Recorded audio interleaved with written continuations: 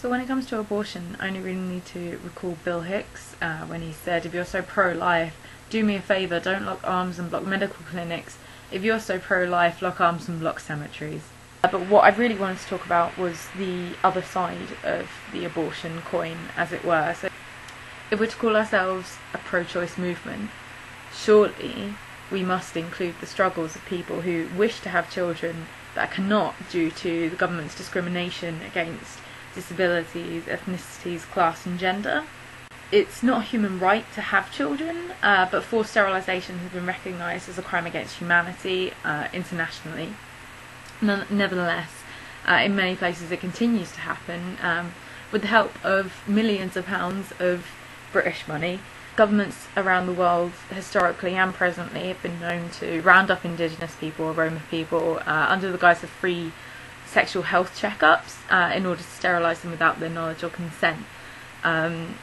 So this happened in the 90s in Peru, and I think thousands of women are kind of waiting for compensation from that time. At the moment, presently, it happened in January, I think the trials happened. The Prime Minister from around that time has now been jailed, which is great. And then in the Czech Republic in 1973, although then it was Czechoslovakia, Roma women were literally rounded up and sterilised without their knowledge. And even though that was back in the 70s, there was a report in 2005 which was saying that some health centres are still illegally coercing women into sterilisations based on their ethnicity. There was an article 2 days ago as well where UK aid money has been linked with forced sterilisation in India, where women in unsafe environments and under unsafe procedures are permanently sterilised and then left with no or little aftercare, and this has resulted in many deaths and also just agonising pain for most of the women who have been sterilised.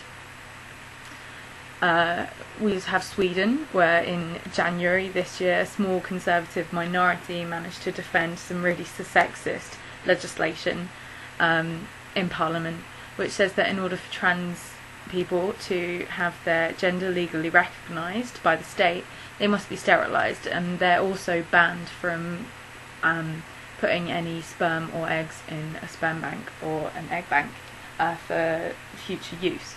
And then there's China, where in 2010 over 9,000 women in just one county were forcibly sterilised on the suspicion that they were going to break the one-child policy, and then 1,300-ish people were imprisoned until they agreed to be sterilised. Also some people were blackmailed, saying that with the state saying that they would take away older relatives and things like that. So this is a big fucking problem, and it's global. I understand that the world is a very crowded place, and that we should all be thinking really seriously about whether or not we want to bring kids into the world. But we have to also think about who gets that choice and who gets a say in who does and does not get to have children. At the moment it's very much stacked in favour of privileged, white, rich people. It is presently in the world the very poorest and very least privileged people who are getting their choices taken away from them completely. And if we're going to call ourselves a pro-choice movement, I think as well as focusing on abortion, we need to think about these things as well that are happening in the world. So yeah, comments down below, or on Tumblr, or on Twitter, or on Facebook. I'd love to hear from you and what you think about it all. And so yeah, bye!